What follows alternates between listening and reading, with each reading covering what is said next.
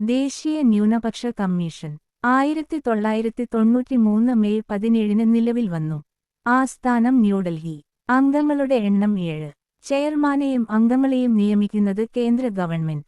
ചെയർമാന്റെയും അംഗങ്ങളുടെയും കാലാവധി 3 വർഷം.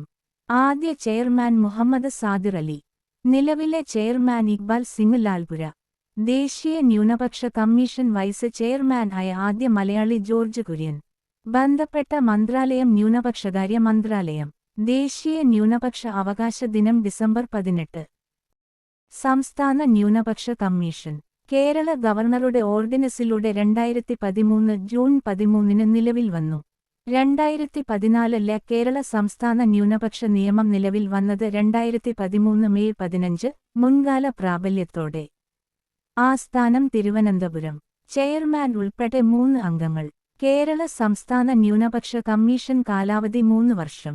നിലവിലെ ചെയർമാൻ എ റഷീദ്. മുന്നാക്ക വിഭാഗങ്ങളിലെ സാമ്പത്തികമായി പിന്നോക്കം നിൽക്കുന്ന വിഭാഗങ്ങൾക്കായുള്ള കേരള സംസ്ഥാന കമ്മീഷൻ.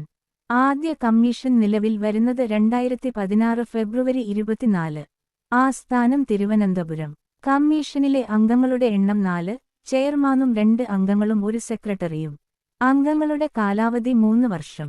കമ്മീഷൻ ചെയർമാൻ ആകുന്നതിനുള്ള യോഗ്യത വിരമിച്ച സുപ്രീംകോടതി, ഹൈക്കോടതി ജഡ്ജ്. കമ്മീഷൻ ചെയർമാനെ നിയമിക്കുന്നത് കേരള സർക്കാർ. കമ്മീഷൻ വാർഷിക റിപ്പോർട്ട് സമർപ്പിക്കുന്നത് സംസ്ഥാന ഗവൺമെന്റിന്. ആദ്യ വാർഷിക റിപ്പോർട്ട് സമർപ്പിച്ചത് 2019 ഫെബ്രുവരി 19. ആദ്യ chairman justice A V Ramakrishna Pillai.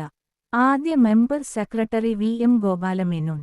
നിലവിലെ chairman C N Ramachandran Nair.